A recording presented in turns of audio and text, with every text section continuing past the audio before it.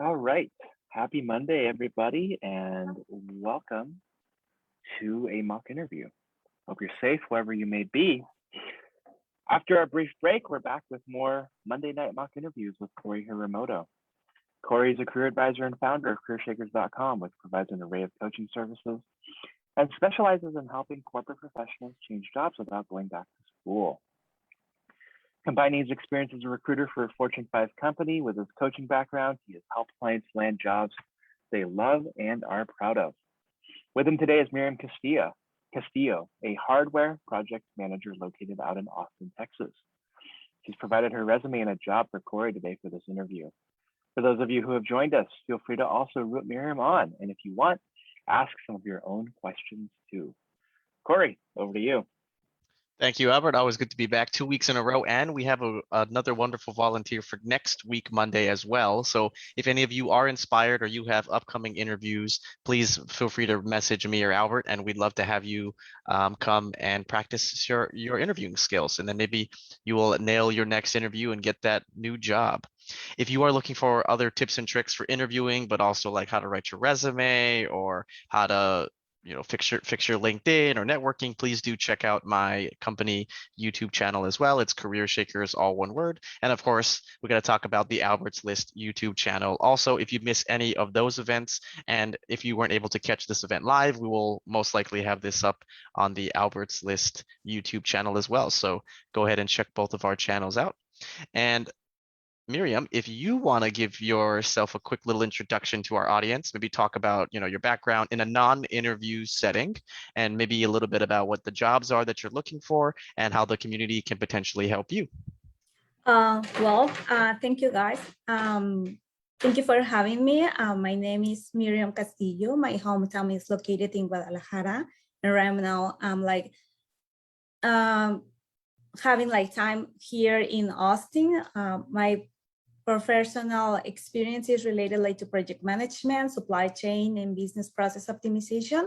I've been working in the consulting field and sales and operations related to retail and manufacturing process. But right now I'm seeking for having a change in my career and in the industry.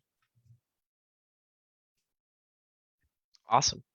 And so today we're going to be practicing a job description for Nearshore Technology. It's a senior hardware project manager, which seems to align perfectly with her background and experience. And if any of you are watching this or have potential job opportunities in the project management space, I'll have her contact info up here as well. And she is currently based in the United States as well, but is also looking for remote opportunities also. So if you have anything like that, feel free to reach out directly to Miriam. Now, if this is your first time watching our Monday night mock interviews, how it's going to work is I'll be jumping back and forth between the job description and her background. I'll have some questions that are around her experience and then some questions that are based around the job itself. But if you want us to ask any questions or you were stumped in your last interview with an interview question, feel free to throw it in the Zoom chat and I'll make sure to check that and we can make it as helpful for you as possible. And how it's going to work is I will ask a question. We'll treat it exactly as if it's an interview, meaning, you can't ask me for hints. You can't, tell me what you should be doing. Just treat it as if it's a real interview and a real interview question. And then at the end, when you're done, I will pause and give feedback. And we'll go for probably 55 minutes or so. And so, yeah, are you ready to get started, Miriam? Any questions? Nope. Let's start. All righty, let's get to it. So let's start with a great warm-up question. Miriam, why should we hire you? Well, based on 14 years of experience that I have in several industries, the most demanding related to manufacturing and R&D and implementation of an enterprise resource planning, I will say that I have a complete background experience from positions related to finance until operations. So I can understand each of the requirements and the actions that need to be done in each of the departments in a company. And I feel confident, and I've been like helping in the Mexican government programs how to establish a business plan, no matter which industry is related to.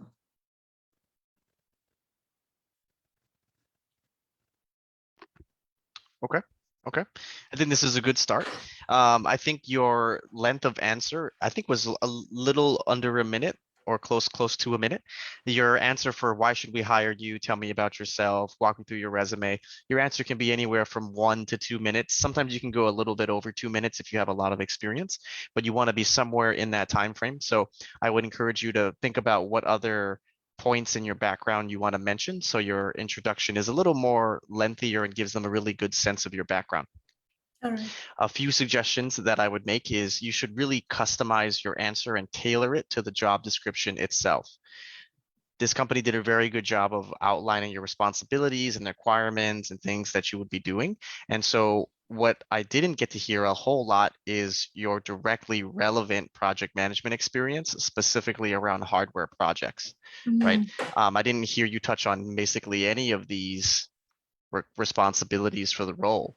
And so I wouldn't have a good sense of how qualified you are for this position and or why you're the best hardware project manager I should be hiring. You talked a little bit about the industries that you've worked on, which is totally fine. But again, this is very specific. This job description itself calls out hardware. And so I would want to know specifically what types of hardware companies, what type of hardware, consumer, enterprise, et cetera, you've worked on. And then I want to hear about your project manager experience. You talked to me about finance, you talked to me about setting up business plans, you talked to me about accounting. I didn't see any of those outlined in the responsibilities listed here. So while those are great, it needs to be customized towards this project manager role.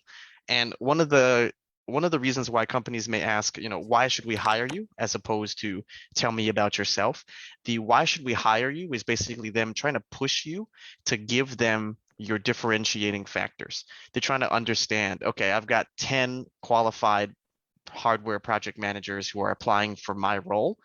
Why should I hire you out of all of those 10 project managers, right? Like, what is your quote unquote secret sauce? I know I use that all the time, but that's really what this question is coming down to is, okay, all 10 of you are senior hardware project managers. You've all been doing project management. You've all been working in the hardware industry. How am I going to pick one of you? Because I can only hire one. So this is your opportunity to kind of talk about either your unique experience, your really impactful projects. Maybe you've worked on a project of a huge scale that no one else has ever worked on before.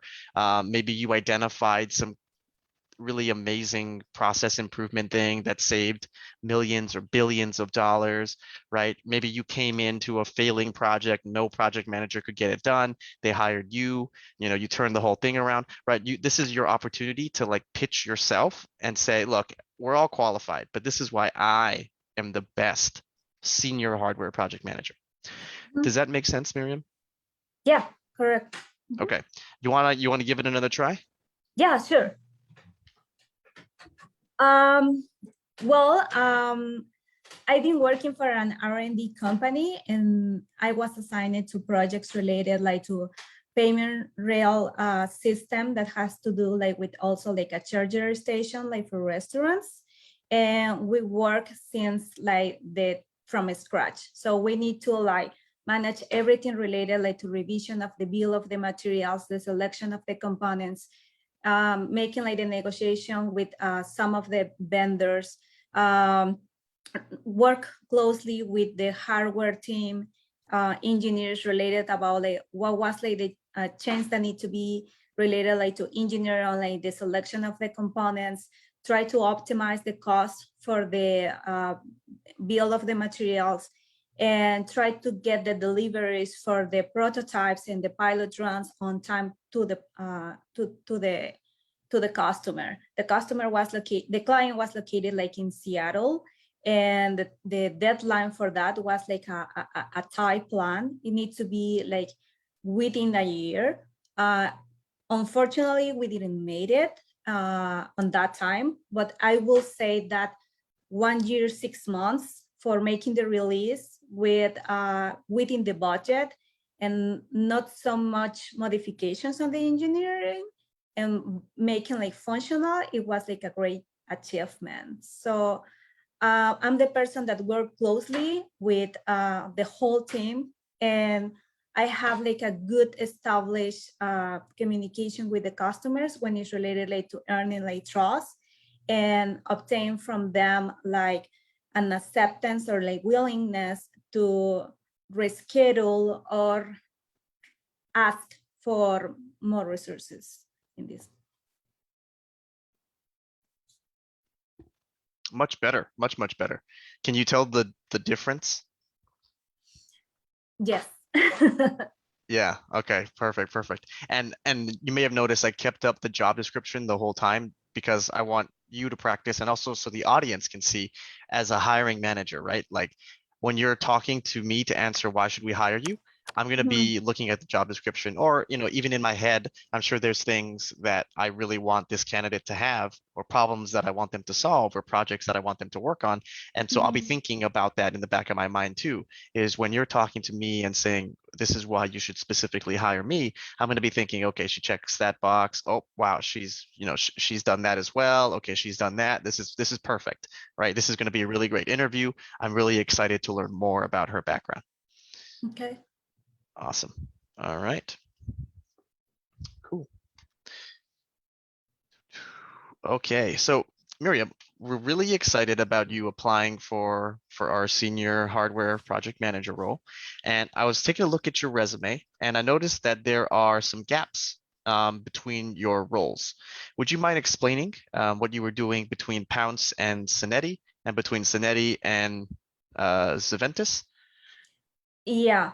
So I got laid off on like both companies, right? Like when I was working for Pounce, I got laid off because they made like a lot of modifications and like the budget was not so established, so they cannot like afford like the current position that I was leading at the end. There was like consulting for SAP Business One. So they offered me like the possibility to go back and take like the materials role, which was related like to manager. But at that time, I didn't feel like the empathy with the company, and it was my decision to leave the company. Because I was seeking for this change of like the industry, I was like so comfortable and feel like really challenged about like working with information technology and related like to consulting services, understanding what was like the business, the requirements, the stakeholders, that I wanted like to continue on that track, right? So at that time, what I was deciding is applying for positions that were related to that, and at that moment also taking like online courses where I can like develop more the skills related, at least how to understand the programming and the analytics. Between Cinetti and Civentus, that happened with COVID, or between like the COVID. Also, it was an issue related like to finance. And so I got laid off. And I mean, even though that it has nothing to do with my performance, I do not want to like to give up and continue to working for the technology information industry.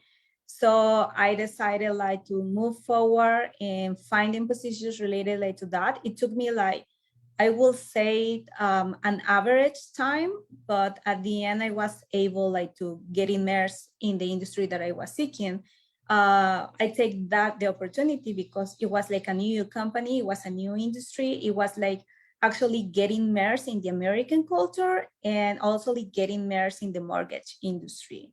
So related like how to analyze the system and like work with the team for make it happen like new engagements. So, but I was hired like as an offshore. So at the end, the customer decided that they don't want to continue like hiring the services for the external team, and that's why that were the reason that I got like laid off. Thank you for sharing. Thank you for sharing. Okay, so I wanted to ask this question because anyone who has a similar type of background and experience where you may have certain gaps between employment, some of it, especially with COVID last year, it hit a lot of people very, very hard and certain industries. And so being able to tell this story and explain what you were doing. Miriam did a few good things. She talked about what she was doing in her off time. She was learning to get new skills. I think she mentioned analytics as well as product. So make sure to talk about what you've been doing in your off time. People don't want to just assume that you've just been sitting at home watching Netflix, right? So they want to know that you've been actively building up your skill set in addition to job hunting. One of the things our volunteer did last week, which was super awesome too, is if you get any type of question around, why did you leave a company so soon, or why are there gaps, etc., the biggest concern that they would have is that you were let go due to performance. And so the easiest way to mitigate that is to mention that there are references that you can provide, which from your former manager, colleague, etc., where they can talk about your performance and they can validate that it was not related to performance. That's going to be the best way to ultimately answer any type of work gap or any like short stints at some companies. So Miriam did a very good job of talking about what she was doing and focusing on gaining new skills. And then also in her case, she had to move to the United States. I'm sure getting certain visas and approvals, authorization to work, etc., also takes some time as well. So she did a very good job addressing any of those concerns. All right. And again, if anyone who is watching, you have other questions that you want us to practice or to try, please do let us know. Okay. So Miriam, as a project manager, right? Which project are you most proud of and why? As a project manager, I will say when I was assigned to implement the enterprise resource planning for SAP is this one. To be honest, it was because of the complexity of the project, what does imply to pretty much has like a knowledge of the overall of like how a business is structured and how it's formed, how like operates, how like the execution is being made. So you need to have like a beyond, you need to have like a deep knowledge on each of like those scenarios. You need to have like a knowledge about like be an effective communicator, like know how to negotiate like budgets, know how to negotiate like times, how to structure like a plan for it, how to make the things happen. And so you are able like to present like plans and risk and how each stage of like the process is being working to stakeholders that are like end users. And also you are able like to present, to make these presentations for upper top level manager related like to CEO or the CTO or the CFO. So I was so happy that I can understand beyond of like what was the current procedure in the execution of the operations, how to transfer all that knowledge into making the configuration for automate the execution in the software. I was like able to identify with the solutions in the system that was native. It wasn't like enough for a proper, like what was like the stakeholders expect from it, and then identify those engagements and aside set like a project so we can fulfill those requirements. Okay. And what did you learn from this project? I will say that do not assume or promise a date that is not going to be real. It's not going to happen when those the people expect it. And try to be more assertive in identifying who are like the stakeholders. In some of the occasions when you establish like a project charter, a team is introduced, but not necessarily like the stakeholders that are presented are like the persons that face like the issues or like the gaps, or they can give you like a better understanding about what is needed, what is the requirement. Some of those stakeholders might not have like a decision like to the upper manager, but they have like a decision or an execution in the middle senior execution process. Okay, perfect. So this was a two-part question. So for the first part, which project are you most proud of and why? There's two ways to kind of answer this question. The first way is, as Miriam did, you just talk about what it was, talk about the attributes itself, and then explain them. And then the second way is to give or walk someone through an example using the STAR method. And then as the story goes on, you kind of add some commentary or narrative as to why certain parts of it were really complex and why you were so proud of it, etc. Now, one thing that I would recommend, Miriam, is that you explain the complexity part a little bit more, because that's what is going to be really interesting for these hiring managers, right? Is like how you're able to navigate certain complexities. Maybe you have to learn a new technology very, very quickly, right? You had, for whatever reason, why it was complex, right? You really want to give them that sense of the complexity, the scale, etc. And then when you talked about how you had to work with competing timelines, different personalities, competing priorities, etc., that's basically like the magic of, and that's what makes good project managers, right? And so I would have loved for you to dive a little bit deeper into that part as well and explain to me how you were able to mitigate all those relationships and things like that. So those are kind of like two parts. I would encourage you to kind of think about expanding if you get any type of question like this. Now, the second part of the question was around, what did you learn? Very common follow-up question for almost any behavioral question itself is like, what did you learn from it? Or like, what was a mistake and how would you prevent it from happening, or things like that, right? So make sure you've got a really solid example as to what you learned and then how you applied that to something else in the future, right? And so that was one thing I would have liked to hear from you. You had a great explanation of what you learned, but then to make it even better, you should talk about, and then there was another time later on where I noticed something, very similar was going to happen, but because of this prior project, I was able to do X, Y, and Z, which led to this type of result. Right. Okay. Any questions about that feedback?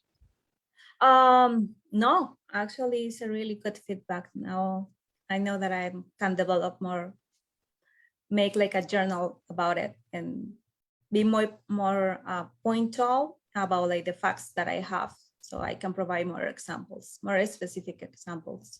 Yeah, and it doesn't have to be like fully detailed, right? You don't have to go into, the situation was this, the task was this, but it was really complex, and that's why I was so proud of when it was accomplished. It was complex because of 3 different factors. 1, 2, 3, right? So something kind of like that.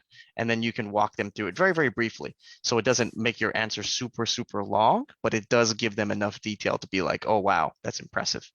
Okay. Okay. All right. Now I'm going to ask you the next question, but I'm going to try and fix my camera real quick. So my camera will turn off after I ask you this, but I'm still listening. Okay. Tell me about a project that you were managing that was at risk of not completing on time. How were you able to turn it around or solve the problems so that you were able to complete a project on time? All right.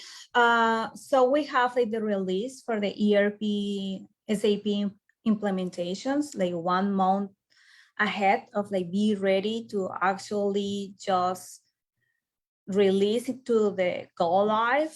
And then the upper manager, like the COO and the CEO, made the decision to make the modification to start to managing like cost centers and like the budget for each of the project in the MPI process. So that implies like a modification in the whole chart of account and like revalidate all the operations and like the documentation that was generated like the training and the formation that has been done with like the users and like the pre-approvals for like each of the procedures. So like long story short, pretty much was demanding like to have a re-implementation of the whole ERP system. So at that time, what I did based on like the lessons learned that I get like from do not assume and gather the requirements properly was to make like these WH questions like, what do you need it for? When do you need it? What's gonna be like the beneficial for that? Does the CFO is aware how like the cost centers are forming? What's gonna be like the importance of the budget and all of that?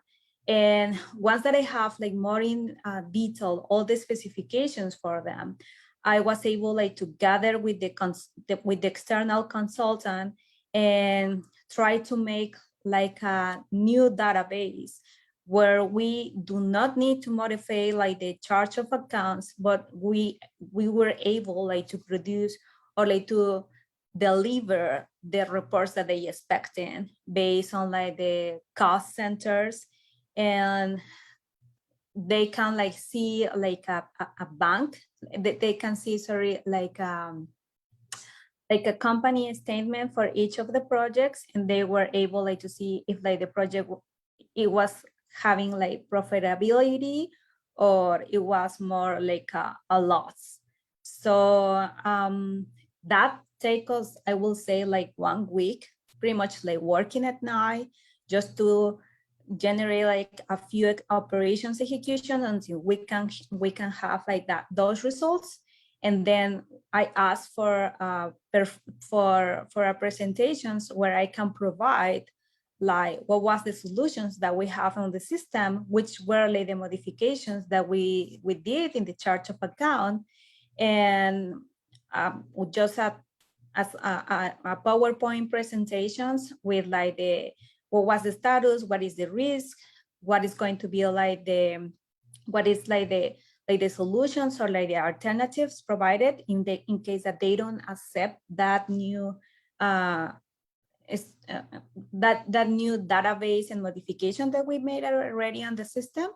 And at the end, they accept that, and they also agreed like the rescheduled time that it need to be taken, and like pretty much notified to the whole company that the go live was like not like on hold, but it's going to be like rescheduled out because a new upper decision.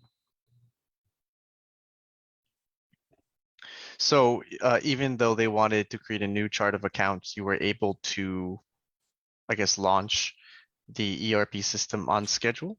Is that what you're saying? No, we were unable like to deliver like on schedule because we need to invest at least like 1 week so we can like form like a new database and add these new values that they expected to see for validating and measure like the profitability of like financial reports for like the projects.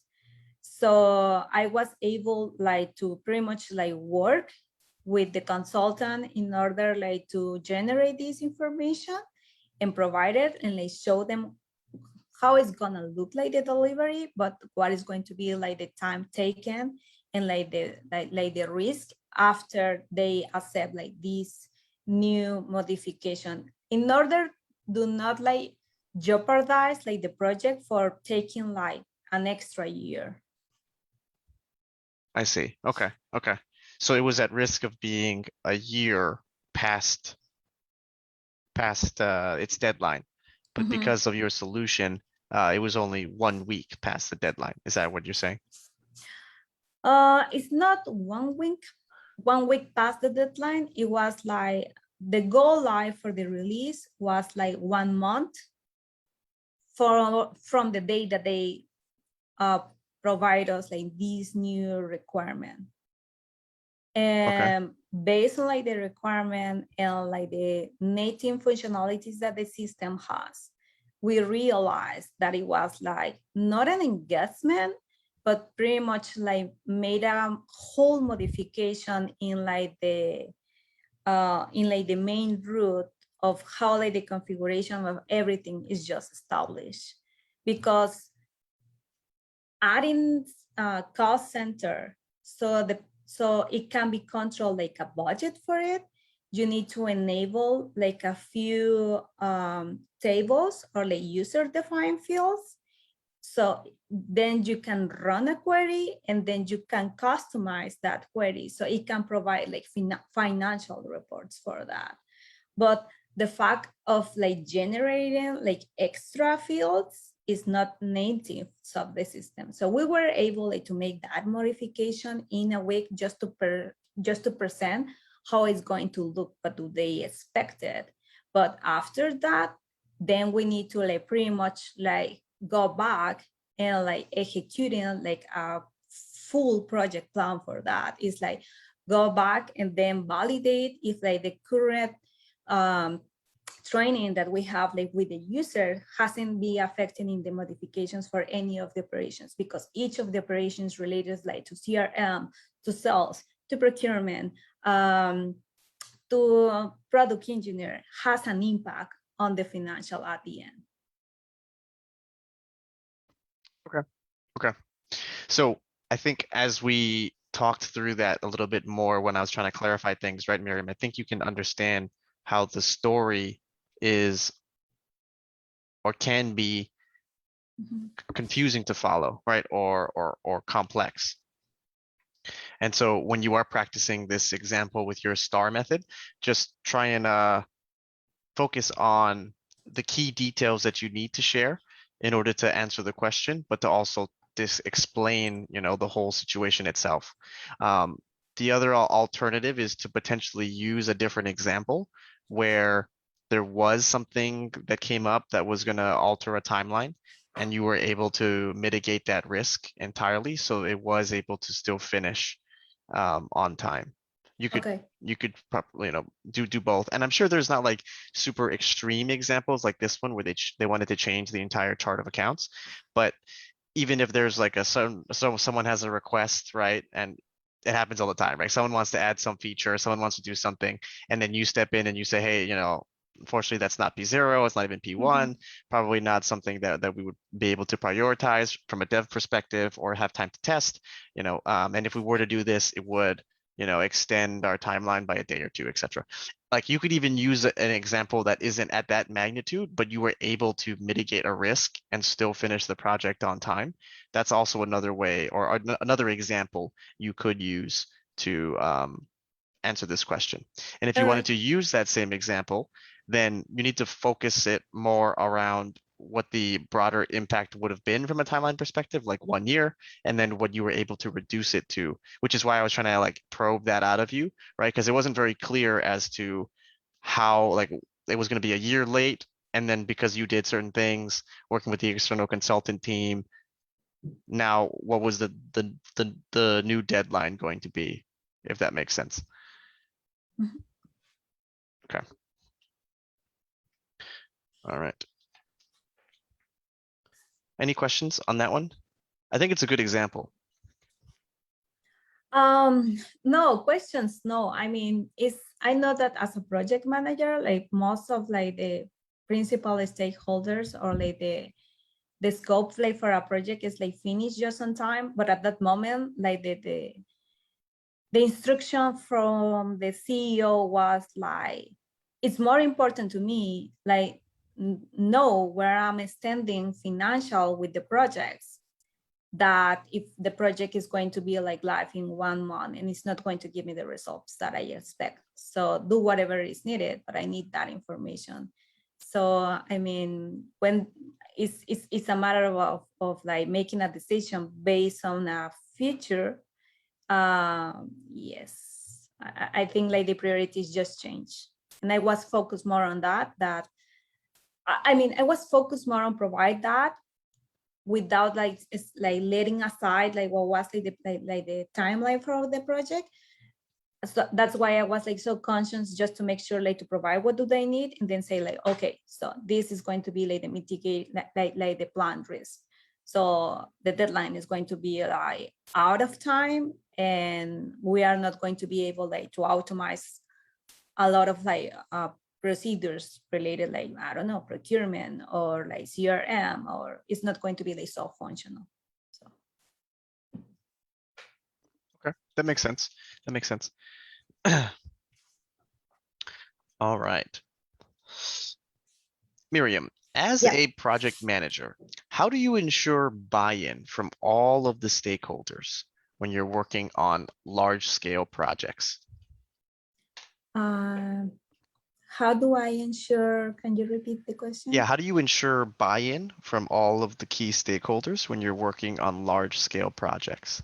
And I guess by buy-in, I mean, how do you ensure that everybody is going to work collaboratively? They're going to be working towards the same goal. They're going to be able to make the time to work on these projects. Okay. First of all, once that a project is assigned, the first thing that I wanted to do is like an introductory kickoff presentation of what's the project and present like who is the team. And when I make that presentation of the team, normally what I try to get on that slide, which is like internally, is like a fun fact reference from the person. So it's going to be like something that is not like well known for everyone, and it's going to make like a kind of a smoothly approach and getting to know like the person just by finding that fun fact. Also, another thing that I tend to do with them is try to encourage like teamwork outside, like events. So like, I don't know, like go to the bowling and like having like a few beers with them so they can like express themselves what are like the concerns or like the where they felt like a stuck and like in the project, so they feel like more confident and open like to explaining those concerns that just by being in an office and say like the doors are open. So normally as a project plan, we need to like use like tools like Microsoft projects, and in some of the companies, depends, I was able like to assign tasks, independent tasks that were kind of a agile method related like to Monday or Hive. So in that way, I was able like to establish like a dashboard like with the project and like a few tasks that they need to complete and set like the deadline for it. So I was able like to track and monitor and avoid like to have like meetings with them like one-on-one or approach like to the place, but because I was able like to monitorize like that information under like Hive or like Monday, and I can link that information like to the Microsoft project.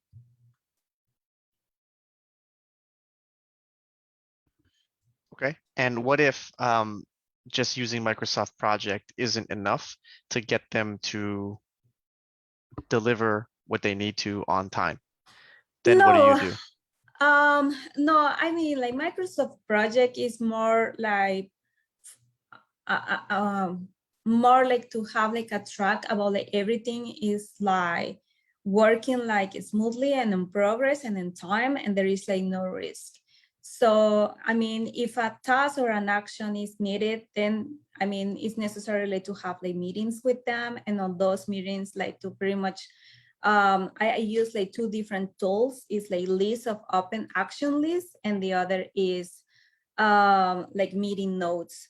So normally I don't like to be the one like taking the notes if I'm like leading what's going on with like with the issue or like the concern that attach us like to that meeting. Normally I tend, because it's related like to engineers, and they don't like to write. Normally what I do is like playing roles and like change hats. In some of the occasions I name it like a secretary, and it's like now the hardware engineer is going to help us like to write them down. So what are like the next steps that we need to follow, and like who's going to be like the owner. I also want to involve or encourage like who do they suggest like to take some responsibility on a task that not necessarily has to do with the background. Maybe it's a person that has a more experience of that because it has like a background experience in any other industries or companies or project that has been assigned it. So already like know what were like the lessons learned on that, and they can apply to that. So between like the list of actions, Monday, and Microsoft project, and like the meeting notes, I will say those are like my main tools, like to try to make sure that the deliveries and like the progress of the project is on track. Okay. All right. That's an interesting solution. I've never heard of anyone having someone else take notes for them during a meeting. I think you'd be the first project manager that I've seen to try that technique. They don't like it, to be honest. They don't like it at the beginning. It's like they are like somehow like apathic, apathic, like they don't like to do it. So you can see like about their body expression, mostly like his body expression or like raising the eyebrow, like I'm not gonna do it. But then you need to also establish like this managerial position. Like, I mean, it's not a favor. I mean, it's like for the beneficial of like everyone, just to understand like what it needs to be done, because most of like the gaps of the issues that rise in a project is because we do not understand what was like the agree on the meeting, right? So one person understand what situation and the other person understand a totally different, and it's because the perspective, like how do the people tend to think. So it's just a matter for me like to mitigate risk by understanding. Interesting. Okay. So for the answer itself, right? How do you ensure buy-in or collaboration, support from all of the different stakeholders? So I think you covered all of like what I would consider to be like the basic project management things, right? Like creating a safe workspace where people feel comfortable talking to you. I know you talked about how you would encourage them to do social events and you would go and hang out with them, have a beer with them so they feel comfortable talking to you. I think that's a very standard practice. Using Microsoft Project as well, very standard project management tool. I saw Albert put a question in there, like what are the project management tools you prefer to use? And you talked through some of those as well. It seemed like you had a heavy reliance on Microsoft Project as like your solution to ensure support and buy-in. And that's why I asked that follow-up question. And then I think you were able to pick up on that and you were like, oh no, it's just a tool. The more important thing is how I use the tool in order to run these meetings or keep things on track, etc.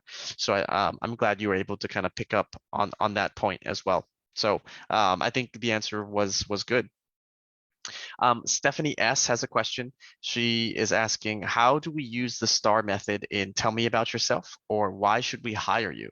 And I'm so glad you asked that because you do not use the STAR method to answer tell me about yourself or why should we hire you or what is your greatest weakness or anything like that. So you only use the STAR method for behavioral questions, and those are questions which require you to talk about something that happened in your past or to give an example. So usually you'll hear something like, tell me about a time when you had to do blah, blah, blah, or give me an example of a time where you did blah, blah, blah. So that's your cue to know that you would use the STAR method. If you don't hear that, then you would either use, either the research-based method, which is like how you would answer, tell me about yourself, why should we hire you, etc. Research meaning you need to research what the job description is, like I have up here. You need to understand, what your key differentiators are. You got to do your research on yourself, and you got to research the company as well. And then if it's a hypothetical question, then you would use a totally different answer structure. But hopefully that's helpful. If not, feel free to pop in another question.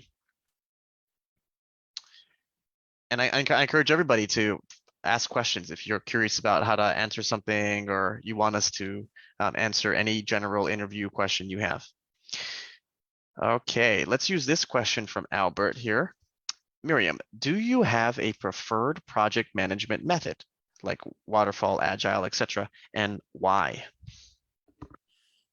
Mm, I mean, if like the complexity of the project is pretty much standard and there is like not so many engagement based on like the requirements and gathering that you've been having, I will suggest that waterfall. I mean, it's like really linear. It pretty much like work well like with the initiation, like the planning, the execution, the controlling. So everything goes like really smoothly if the project is smoothly by itself. If the complexity of the project has like a lot of dependencies in teams that not necessarily are direct on the system. So for instance, if you are like working in a web service application and that web service application need to be linked like with the enterprise resource planning software. And then there are like several tasks that need to be worked at site. And but you are not responsible like completely about like that development team, I will like highly recommend it to suggest like agile or scrum, because you give like sprints so shortened for like a small task, and then you can make like the validation and pretty much like integrate that validation with the system. So you don't need to wait like for a couple of months until you realize that actually like the engagement is working or not. I thought that was a really good answer. I guess Albert, let us know if you have any feedback, but I like the fact that she was able to talk about the different technicalities between each of the different ones. She gave me examples, and they were technical examples, which is fantastic, which is what you want to use, especially if you're applying for a technical type role. I thought it was well said. It really shows your breadth of knowledge and experience as a PM. Albert said, very good. I love it. Love it, love it, love it. Ooh, thank you, Carla, for the question. Another audience submitted question. How does your experience and future career plans align with our company's values and culture? Oof, that's a tough question, to be honest. I mean, this company got my attention because it's related like to health culture, right? So I'm seeking for having like a switch on the industry and my career growth. And health is like an industry that is demanding in the American culture, where I would like to get immersed and understand like this dynamism that they have. And also I would say that the philosophy of like challenging myself, like to try to make this place, like this world, a better place. And if I can help that, just to give like a little of like planning, organization, and make a smoothly like the execution for fulfill a device or an equipment that is needed right now for health. Now that this global pandemic just happened, I will like consider myself like just satisfied by see how like my business skill and my planning skills and my organization skills can help like this brain development talent make this a reality. Okay. Okay. I can tell you probably didn't do too much research on No. this company itself. So I think your answer was pretty good for not having done any research on it. So this question in general, right? Like, how Yeah. does your experience align with the future, etc. So this is one of those research-based questions where you obviously need to research the company, understand its values, its mission statement, how they make money, right? What their different businesses are, etc. So that's how you would go about answering the question. You focus predominantly on healthcare Yeah. as your answer. I know that obviously that you made this all up on the fly, but in general, one thing to be a little bit cognizant of and careful of is it's not their only focus, right? It says focus on healthcare, financial services, and technology. So without knowing how their business is structured, healthcare could be a very small component of their business. Maybe they don't have a whole lot of healthcare projects. Also, you're applying for a hardware manager, project manager role. So my guess is this is probably in the technology bucket. Mhm. So just making sure you're able to keep that context in mind, right? Because you also want to be able to pitch yourself towards the role or the company itself. And so if you go too niche, right? Like let's say you're applying for Amazon, right? They've got an AWS, they've got Amazon, they've got, Amazon Fresh, they've got Alexa, they've got all these, it's a conglomerate, right? And so if you're like, oh, I really love Amazon. I really want to work at Amazon because, I love hardware, right? I love Alexa. I love the Echo Dot, like et cetera, et cetera. And they're like, oh, that's fantastic. I'm so glad you're so passionate about that. But actually, we were thinking about hiring you for, our logistics team or whatever it may be, right? Or maybe they pick a different hardware, right? You're like, oh, the Echo is amazing. And they're like, oh, well, actually, we kind of want you to work on Ring, right? So if you get too specific sometimes without knowing what the role is, it can kind of lead you down the wrong path in a sense, right? And so that's one thing that I just wanted to point out. And I know Miriam just made this whole thing up on the spot, but for those of you who do run into these types of questions or are researching a company that has many different focus areas, many different industries, many different products, I wouldn't go too specific unless you're 100% sure that that's what your role is going to be focused on. Okay. Let's see here.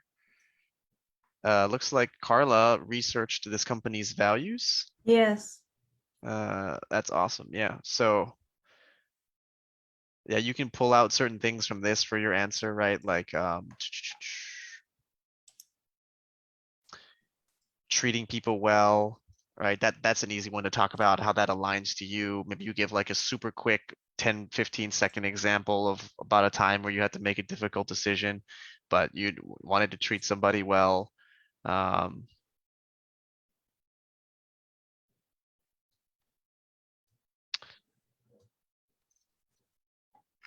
Yeah. So I think there's a lot of stuff in here you can pull from. Just be careful in going too narrow sometimes. Okay. But overall, I think you had the right idea. It was a tough question if you didn't research it. So, all right, last one from Albert. What would we miss out on if we didn't hire you? If we didn't hire, maybe I need like a little more like context to try to understand like miss out on. Sorry, can you repeat the question? Yeah, it's because I'm not quite sure I'm understanding like what's the question. Oh yeah, let me reword that.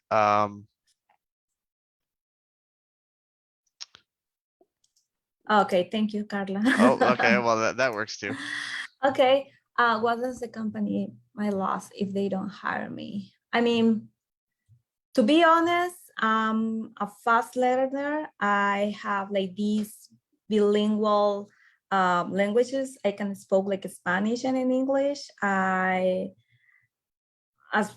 far as I get, like I'm really like passionate about like everything that I do, and I mean I can lose like time if like I got focused about like what need to be done, and I'm like this type of person that just make the things happen. And even though if I don't have like the technology experience or skills, because I'm a fast learner, I will say that my RAM up will not take me more than 6 months. So and I'm like an easy person like to work with. So Okay. One thing I would encourage you to think about including is like a quick example, right? That shows these attributes, right? Because it's different than saying, I'm a fast learner. Trust me, right? I'm a fast learner. For example.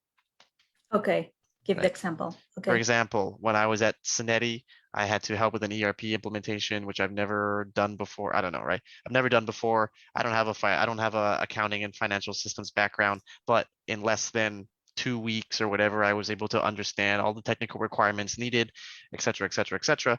That's why when the client asked me to install a new chart of accounts, I knew that it was no simple task, and I knew the technical implications of a request so large, so close to UAT testing, right? Like That's a great example. right, you got to give me like a solid example that shows these attributes, and that's why you don't want to list off too many, because then your answer would be, I'm super easy to work with. Let me give you an example that shows that I'm super easy to work with. I also learn things very, very quickly. Let me give you an example of a time I did that, right? I'm also, very smart and I can do whatever, right? So make sure that you're very selective with what you want to point out, and then Yeah, make sure you've got quick little examples. And it's not long ones, right? It's like 15 seconds.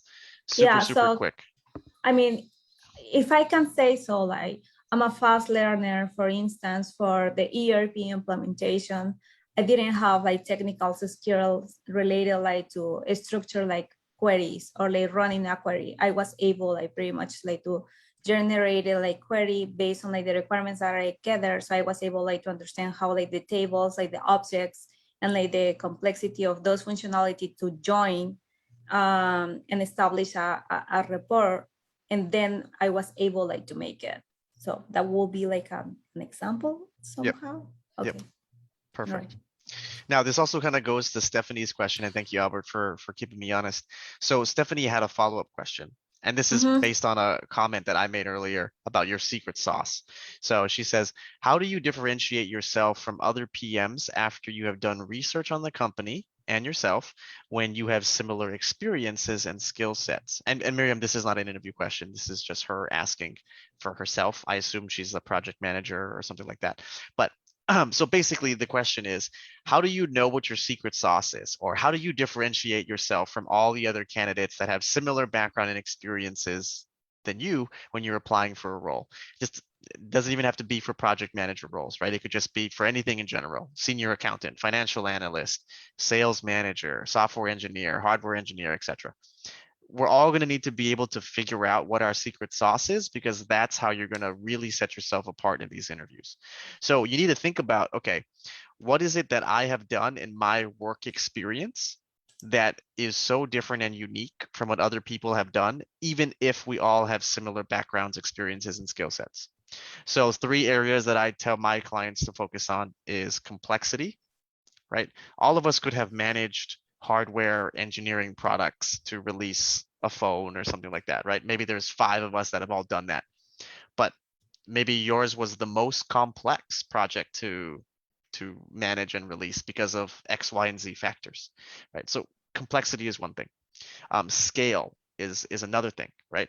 Maybe you and another candidate had to release a brand new phone, right, for your company, but your company launches this phone in 237 countries. The other candidate only launches this phone in 57 countries, right? There's a huge difference in scale and operationalizing the launch, right? You've got 257 languages, probably not that much, but I'm exaggerating. But right, Mm-hmm. there's Mm-hmm. so much, scale and complexity that comes with launching or managing larger projects, right? Maybe your project, the largest project you've managed has 1,000 people involved, right? 1,000 engineers and finance and accounting, and the other person that's competing against you has only managed a project with like 200 people. Vastly different project management skills, right, between both of those 2 projects. So complexity, scale, and then the other thing you can think about that differentiates you is the impact you've had on the business, right? Now, typically all 3 of these things are tied together, because you can't have super unique, impactful results unless you've done either of these 2 things. But sometimes it can be independent. So maybe there's a specific project that you managed that was so critical to the success of your business, right? Maybe you're working at a startup, you're the only project manager there, so you probably can't check the scale box, but like this was the company's very first enterprise project. You were the only project manager in charge. Your project needed to launch on time because you needed to, you had one enterprise customer that was your biggest deal ever for $200 million for your startup, right? It was super, super critical that the project launched on time. And you were the reason that this project or this product was able to go live. Your customer loved it. As a result of that, you got 4 more customers. You went from 200 million in 1 year to, $2 billion in 18 months, all because of the project or product that you managed. So you can think about it, right? Complexity, scale, or impact. those are kind of like those 3 areas. And this is not just for project managers. This is for any job in general. Think about these 3 areas in your experience, in your projects, and things that you've done that would help you differentiate yourself from everybody else. And then the other place you want to think about too, which is kind of like a bonus, is like your extracurricular activities. Everyone's got their core role, which I would say people should be doing 80 to 90% of the time, but companies don't just pay you to just do your job, right? Like as a recruiter, yes, my primary job is to hire people, hire candidates, bring them to my company. But if I'm only hiring people 100% of the time, I'm not fixing any problems. I'm not improving any processes. I'm not managing any projects. I'm not, analyzing data to make recommendations. I'm probably not the best candidate that they could have hired, right? Because there's 100 other recruiters that can just recruit and just hire people. So they want people that can do their job, but also do a little bit extra. Like think about the question, tell me about a time you went above the call of duty, right? You're going to want to think about those types of examples as well. Those are other great ways to differentiate yourself from other candidates that have similar backgrounds and experiences. Hopefully that was helpful, Stephanie. Cybersecurity, cool. Yeah, but yeah, same concept, right? I don't know what you do in cybersecurity. Maybe you're an engineer or something like that. But right, like if you just say, "Oh, I'm the best cybersecurity engineer because I can code or do X, Y, and Z thing," you and every other cybersecurity engineer at your company, if they wanted to apply for the same job as you would all be saying the same thing then, right? So then how are they going to hire you? Well, maybe you developed a brand new product that was your idea, or there was a problem or a bug that no one could fix, and then you were the only person that could fix it. Or maybe you think about something you did extracurricular, right? Yes, I code and I designed this product, whatever. But I also noticed that there was X, Y, and Z problems in our organization, or X, Y, and Z problems with our team. And so I proactively did blah, blah, blah. Okay. Whew. Actually, this is a very good YouTube video topic. I need to write this down so I can make a video on this, but cool. Alrighty. And for those of you who joined us a little bit later on, if you are looking for tips and tricks for interviewing, you can check out my YouTube channel. It's Career Shakers, or you can check out the Albert's List YouTube channel right here. Cool. Albert, back to you. All right. Wonderful. Thank you. Great job, Miriam. Good job stepping up and being a part of this conversation tonight and sharing your knowledge and your unique industry with us so that we can learn how to better interview both for yourself and for everybody else involved. And so for those of you also who've joined us, thank you all for spending some of your Monday night with us. If you're interested in learning more about Corey, head over to careershakers.com and the YouTube channel he just shared. And if you'd like to be a part of an upcoming mock interview in 2 weeks, since Carla's going next week, please send your resume and a job you'd like to apply for to albert@ajobslist.com, or reach out to me on Facebook or reach out to me on LinkedIn and we'll arrange some time. We also have many other events that you may be interested in, and this week we have quite a few. Tomorrow we have how to go from wanting a job to going and getting that job. And Wednesday we have a panel on breaking into tech. You can check them out in the link below, which will take you to our Eventbrite page, which will showcase all the many other events that we have going on. Thank you again for joining us, and we hope to see you soon. Best wishes in your career journey, and thank you for making Albert's List a part of it. Good night. Thank you for having me. Bye. Yep, thank you.